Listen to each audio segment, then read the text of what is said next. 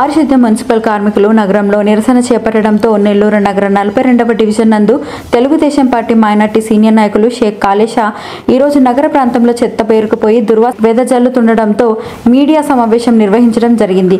ఈ సందర్భంగా 42వ division TDP senior minority నాయకుడు షేక్ కాలేషా మాట్లాడుతూ పనిచేసే పారిశుద్ధ్య కార్మికులకు కొంతమంది రెచ్చగొట్టడంతో నగరంలో పారిశుద్ధ్య కార్మికుల చేత నిరసన కార్యక్రమం చేపట్టించారని, దీనివల్ల చెత్త పేరుకుపోయి దోమల వ్యాప్తి చెంది నగరంలో ప్రజలకు మలేరియా, డెంగ్యూ లాంటి విష జ్వరాలు వచ్చి ఇబ్బందులు పడుతున్నారని, అందులో భాగంగా మంత్రి నారాయణరావు గారు నెల్లూరు నగరాన్ని దోమలు లేని నగరంగా తీర్చిదిద్దేందుకు కృషి చేస్తున్నామని, ఏమైనా సమస్యలు ఉంటే ప్రభుత్వ దృష్టికి తీసుకొచ్చి పరిష్కరించుకోవాలని, ఇలా సమ్మె చేపట్టడం సరికాదని, కావున దయచేసి మున్సిపల్ కార్మికులు సమ్మె విరమించుకొని చెత్త సేకరణ చేపట్టాలని, అలాగే కూటమి ప్రభుత్వ సుపరిపాలన మంత్రి నారాయణరావు గారు చేస్తున్న అభివృద్ధి కార్యక్రమాలు చూడలేక కొందరు అరాచక పాలన అంటూ విమర్శిస్తున్నారని, ఇది మంచి పద్ధతి కాదని మీడియా ద్వారా తెలియజేశారు. పురుగులు వస్తున్నటువంటి బయటికి రోజుల నుంచి చెత్త అంటే స్టాక్ అయిపోయి పురుగులు బయటకు వస్తున్నాయండి. ఇదంతా ఏంటంటే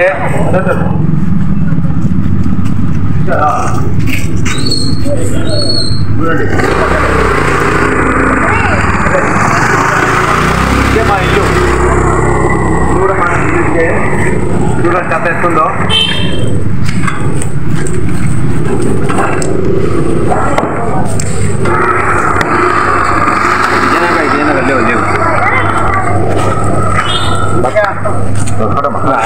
बोलो కాలువ అండి, ఇది సైడ్ కాలువ. మేము రోజు క్లీన్ చేసేవాళ్ళం. మేము ఇప్పుడు చూసారా ఒక 4 రోజుల నుంచి మొత్తం బ్లాక్ అయిపోయిందండి. ఈ మొత్తం డ్రైనేజ్ మొత్తం బ్లాక్ అయిపోయింది. ఒకసారి చూడండి.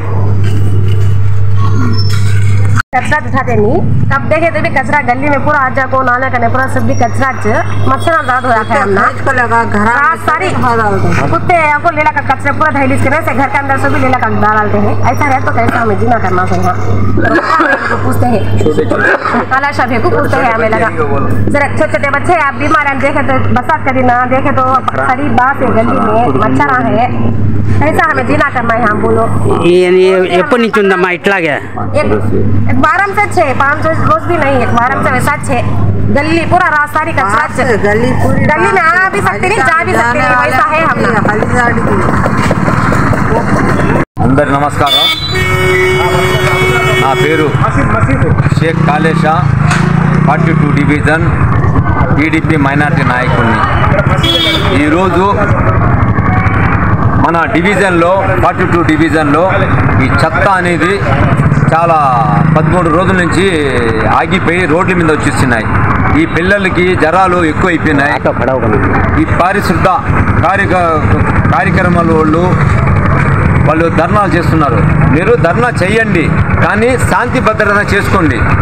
మీరు వచ్చి పనులు చేసే దగ్గర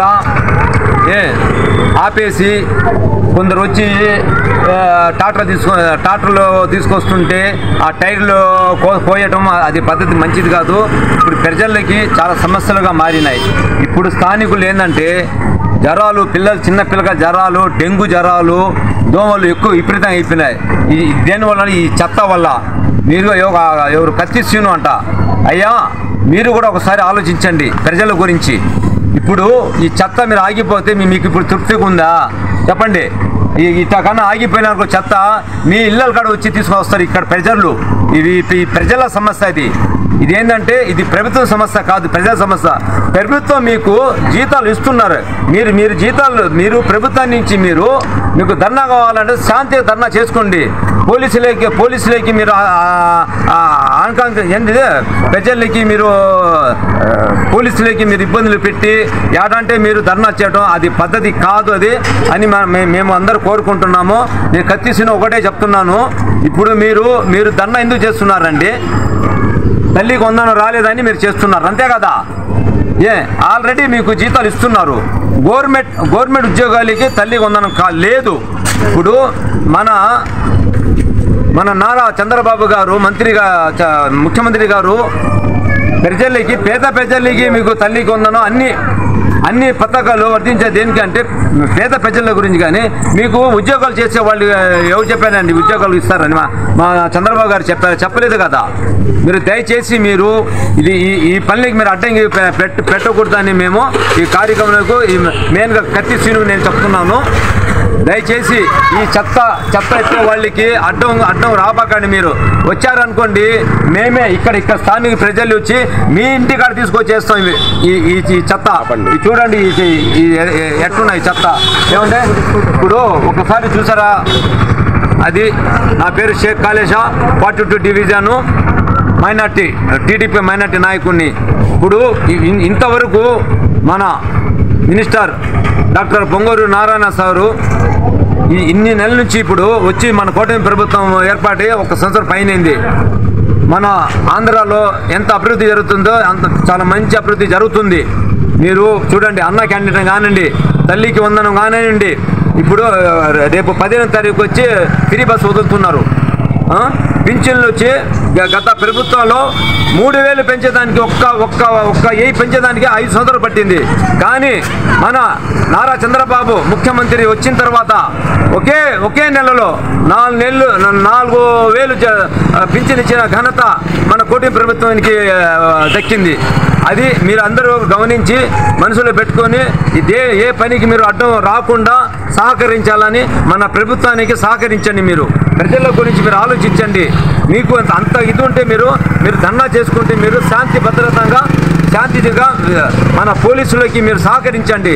మీరు పోలీసులకి ఇబ్బంది పెట్టి మీరు ఎక్కడంటే అక్కడ పోయి బండ్లు ఆపేసి చెత్త ఎత్తుకొని చేస్తే ఎవరికైనా సమస్య. అది ఇక్కడ చిన్న పిల్లకాయలు ఉన్నారు ప్రతి వార్డులో, వాళ్ళు డెంగ్యూ జ్వరాలు వచ్చాయి. దోమలు పడితే ఎక్కువైపోయింది. ఈ చెత్త మీద చూడండి, చెత్త దగ్గర వచ్చి పురుగులు వస్తున్నాయండి పైకి. అది ఎవరికండి? అది సమస్య ఎవరికండి? బాధలో స్థానిక ప్రజలకి. ఇప్పుడు అందరూ మేము ఇక్కడ ముస్లిమ్స్ వాళ్ళు అందరూ, హిందువులు అందరూ ఉన్నారు. ఈ వార్డులో మొత్తం మేము దీన్ని మేము డిమాండ్ చేస్తున్నాము. ఈ వీడియో కనుక మీకు నచ్చినట్లయితే లైక్ చేసి షేర్ చేయండి. మరిన్ని లేటెస్ట్ అప్డేట్స్ కోసం మా ఛానల్ ని సబ్స్క్రైబ్ చేయండి.